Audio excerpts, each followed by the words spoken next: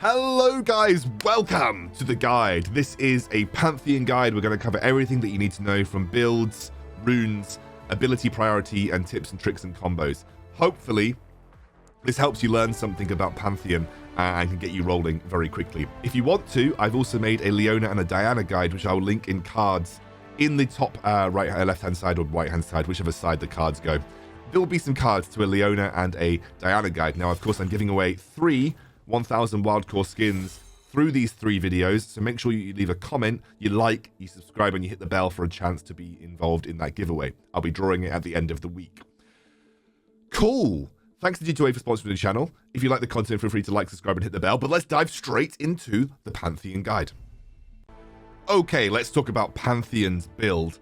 Now, Pantheon's a very flexible champion. I think he's going to be built several different ways. I think there could even be builds where he goes Triforce or Black Cleaver first.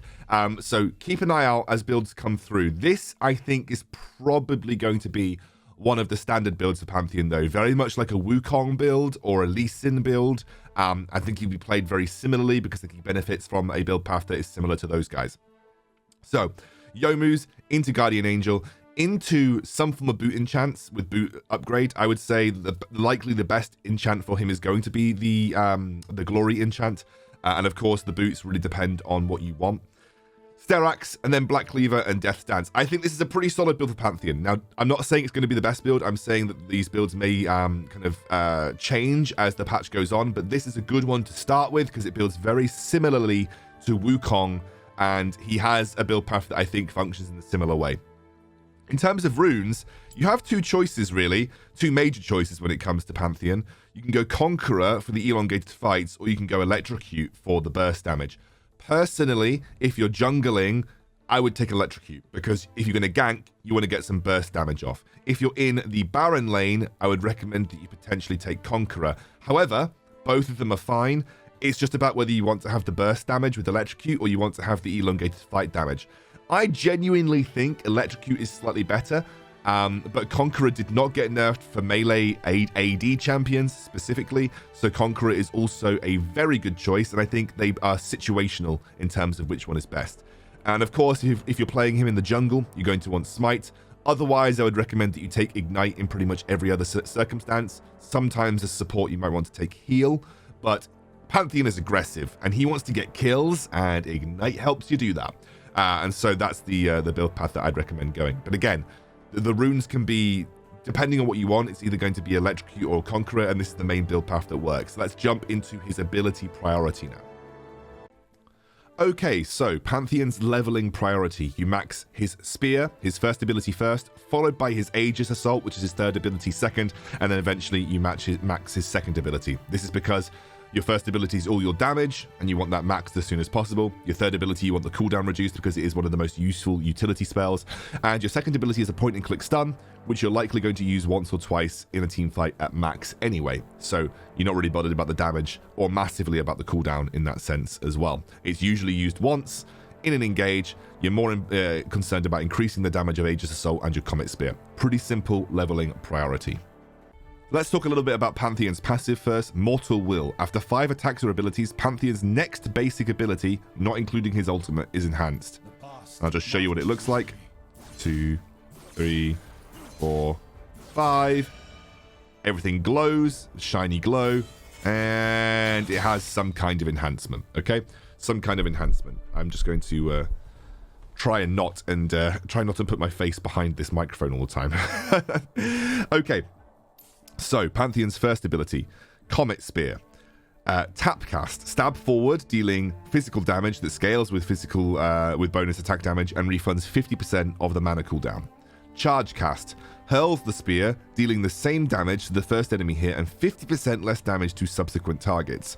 Enemies below 35% health are critically hit for 391 physical damage, scaling with bonus AD. And Mortal Will, which is the passive enhancement, deals an additional 237 physical damage, which is significantly more than the base damage, scaling with bonus AD and slows for 45%.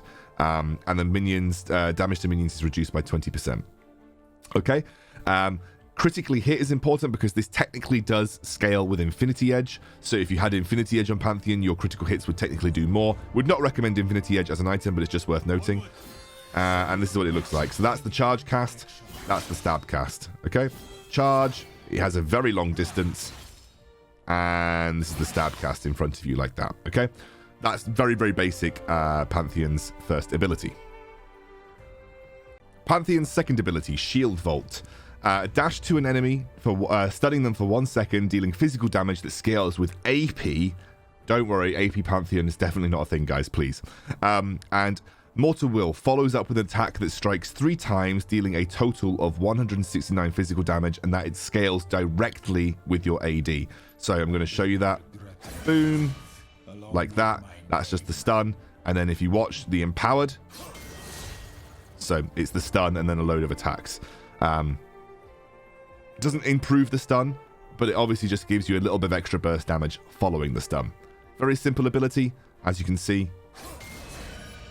It's one of those targeted abilities that you can't really flash and cast it. So I can't really sort of like press it. I think you can target them so that you're so like one of the tricks that you can do is if you target locked but you're out of range of the ability, you can press the ability so you're walking towards them and then flash immediately. That is one of the things that you should be aware of. I'm walking towards them and I'm flashing and I'm doing it immediately. So one of the funny things about this ability is that technically the empowered version counts as 3 extra basic attacks, which counts towards your passive. If you're noticing, I'm actually getting my passive off really quickly. I've actually got my passive up already, so that it actually counts as 4 procs for your passive. So it's actually a really good way to lead a fight, because you do that and then you attack once and attack twice and you have your ability back up. So one of the little combos that you can do, if I'm just going to get rid of it once more, one of the little combos that you can do following that is stab once, and then you have either an empowered third ability, or you can go ahead and use whatever you want following. So it is a good way to actually lead a fight, because the empowered second ability technically counts for 3 stacks, I believe. So do this in a second. I'm just going to get it back up again so we can check. Right. So it technically counts for, boom, 3 basic attacks, stab, and it's back up, right? So it's a really, really, really good ability to lead a fight with, because you can instantly get a second empowered ability straight away in a fight. So you may want to consider using that as an initial form of burst damage and then having an empowered second ability coming up relatively shortly in the fight. Okay, Pantheon's third ability, Aegis Assault. Block all incoming damage from a direction for 1.5 seconds and deal 103 physical damage to nearby enemies. At the end, slam forward for an extra 251 physical damage, scaling with your bonus AD. The empowered version is block for 2.5 seconds and deal an extra amount of physical damage over the duration instead. Pantheon is slowed by up to 50% when moving away from the blocking direction, recast to end early. So I'm going to show you that in action. So here we go. He blocks all incoming damage. You'll notice that he's actually slowed when moving away, but when using it aggressively, he's not slowed at all. Something that's worth noting is that this empowered ability, see that? I'm not taking any damage from towers. If you don't have it empowered, oh wait, it doesn't even matter.